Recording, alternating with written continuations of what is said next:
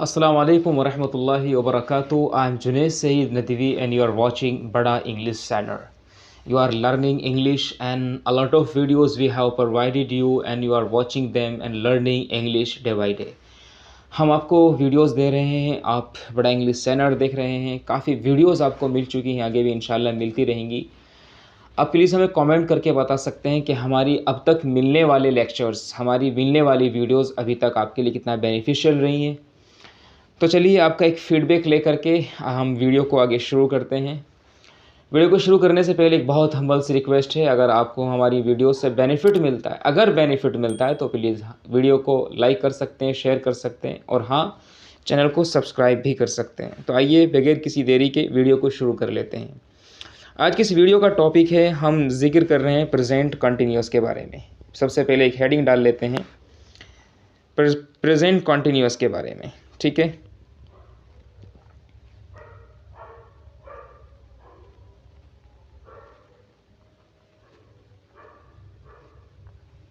Present continuous.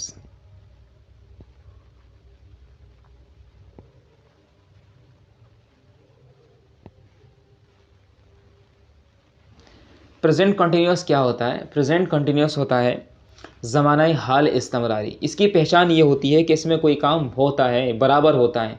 मैं खा रहा हूँ, मैं जा रहा हूँ, बारिश हो रही है, हवा चल रही है, सर्दी हो रही है, तुम सुन रहे हो, हम हंस रहे हैं। तो रहा है, रही है, रहे हैं।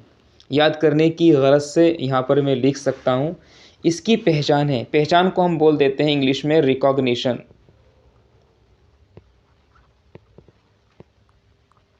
रिकॉग्निशन उर्दू में बोल देते हैं पहचान।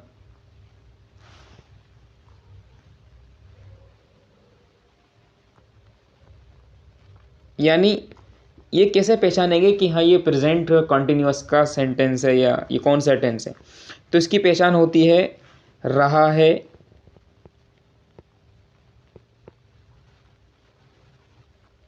रही है,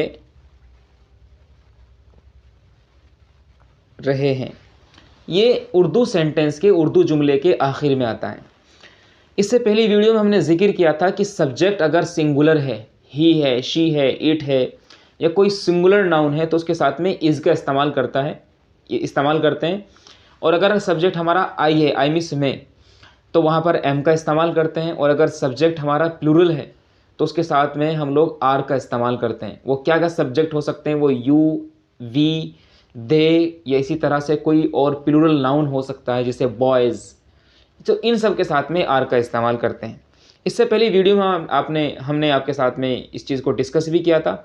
अगर आपने वो वीडियो अब तक वॉच नहीं की है तो उसका लिंक डिस्क्रिप्शन में अवेलेबल है, वहाँ जा कर के आप उस वीडियो को वॉच कर सकते हैं। और जो प्रीवियस लेक्चर्स हैं सीक्वेंस ऑर्डर में सारी की सारी वीडियोस आपको मिली हुई है। आप सीक्वेंस ऑर्डर में उन सभी वीडियोस को वॉच करके घर बैठे फ्री ऑफ कॉस्ट आप अपनी इंग्लिश कम्युनिकेशन, इंग्लिश को, स्किल को आप डेवलप कर सकते हैं, इम्प्रूव कर सकते हैं और आप एक बेहतरीन लिसनर, एक बेहतरीन स्पीकर बन सकते हैं। तो प्रेजेंट कंटिन्यूअस की पहचान है रहा है, रही है, रहे हैं, ठीक है ना। अब हम जिक्र करेंगे कि हम इसका अफर्मेटिव सेंटेंस बनाने के बाद इसका एक नेगेटिव सेंटेंस कैसे बना सकते हैं।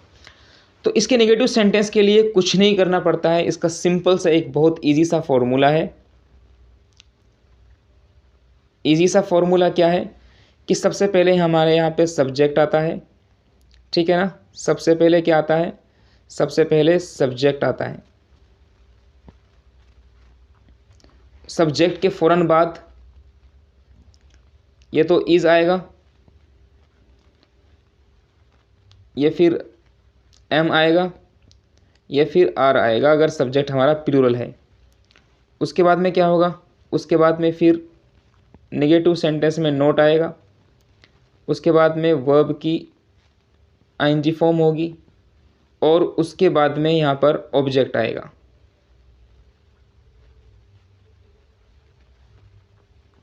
अब उर्दू में इनको क्या क्या बोलते हैं? देखिए मैं पहले भी जिक्र कर चुका हूँ लेकिन रिपीट कर रहा हूँ। ऑब्जेक्ट को हम बोल देते हैं मफूल,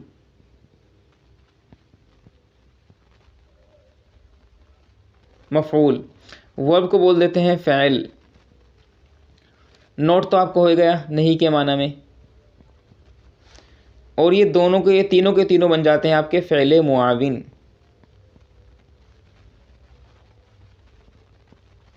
और ये बन जाता है आपका फ़ाइल, सब्जेक्ट। क्लियर है यहाँ तक?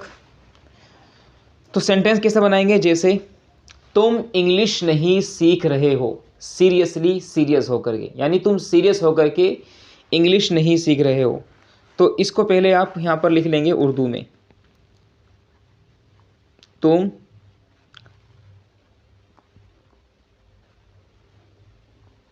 सीरियस होकर इंग्लिश नहीं सीख रहे हो।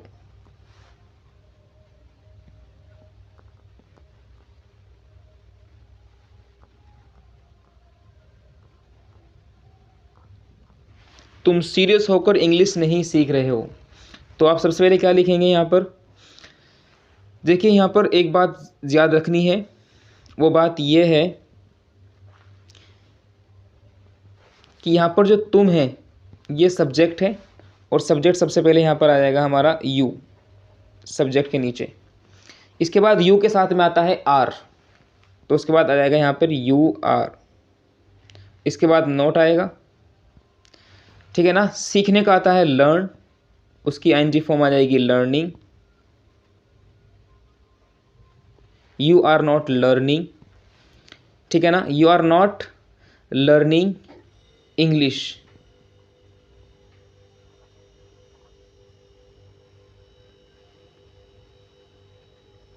आप इंग्लिश नहीं सीख रहे हैं। कैसे? सीरियसली। तो यहाँ पर लिख देंगे आप आगे सीरियसली।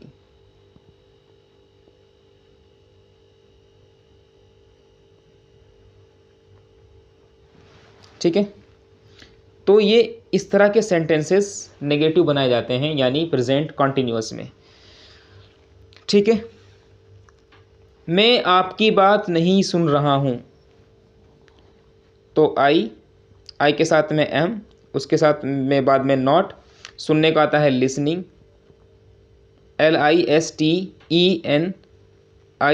लिसनिंग। आपकी बात टू यू।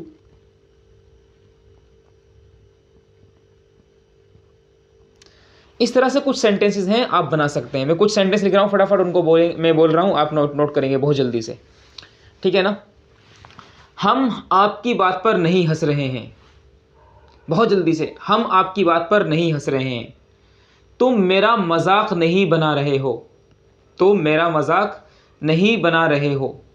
हम आपकी बात पर नहीं हंस रहे हैं, we are not laughing at you या एट योर वर्ड्स, ठीक है ना। तुम मेरे साथ मजाक नहीं कर रहे हो, पहले आप खुद से कोशिश कर लीजिए, उसके बाद मैं भी बोल रहा हूँ, तो आपकी प्रैक्टिस में और इम्प्रूवमेंट आएगा।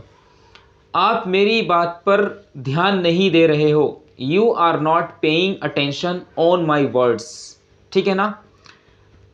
आप ज़ोर से नहीं बोलते हो, आप ज़ोर से नहीं बोल रहे हो, you are not speaking loudly. आप मेहनत से नहीं पढ़ रहे हो, यू आर नॉट लर्निंग या स्टडीइंग विद हार्ड वर्किंग, ठीक है ना, विद हार्ड वर्किंग। आप मेहनत से नहीं पढ़ रहे हो, you are not learning with hard work, with hard work. तुम अपने कपड़े नहीं धो रहे हो, you are not washing your clothes. आपकी अम्मी आपके लिए खाना नहीं बना रही है, your mother is not cooking food for you.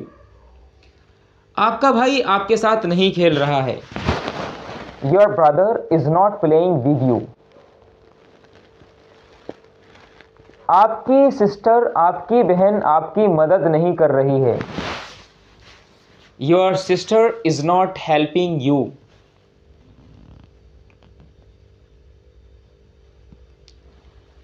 लोग सोसाइटी का ख्याल नहीं करते हैं, ठीक है ना, people are not minding the social values, यानी सोसाइटी का मतलब सोसाइटी की वैल्यूज का ख्याल नहीं रख पा रहे हैं। मैं 2 किताबें नहीं खरीद रहा हूं, I am not buying 2 books, I am not buying 2 books. तो चलिए ये थे कुछ सेंटेंसेस हमने प्रैक्टिस की प्रेजेंट कंटिन्यूअस के नेगेटिव सेंटेंस बनाने के लिए। उसके बाद कुछ सेंटेंसेस एक दो हमने आपको बना करके दिखाए, फिर कुछ सेंटेंसेस बोले। उम्मीद करता हूँ कि आपको इन वीडियो से बहुत बड़ा बेनिफिट मिलने वाला है कि आप घर बैठे आप इंग्लिश को सीख सकते हैं, एक बेहतरीन स्पीकर बन सकते हैं। एक बेहतरीन स्पीकर एक बेहतरीन डेवलपर होता है, इसलिए कहा जाता है a good speaker is a good developer. एक बेहतरीन स्पीकर एक अच्छा डेवलपर होता है, यानी वो सोसाइटी को डेवलप कर सकता है, वो ह्यूमन वैल्यूज़ को डेवलप कर सकता है, वो सोशल एथिक्स को डेवलप कर सकता है, वो समाज को बहुत ज़्यादा विकसित कर सकता है, तरक्की याफ्ता बना सकता है। मिलेंगे इंशाल्लाह हम नेक्स्ट वीडियो में, तब तक के लिए हमें आप इजाज़त दीजिए। वीडियो को लाइक कर लीजिए, शेयर कर दीजिए और चैनल को सब्सक्राइब करके मोटिवेट करना ना भूलिएगा। अस्सलाम वालेकुम व रहमतुल्लाहि व बरकातुहू।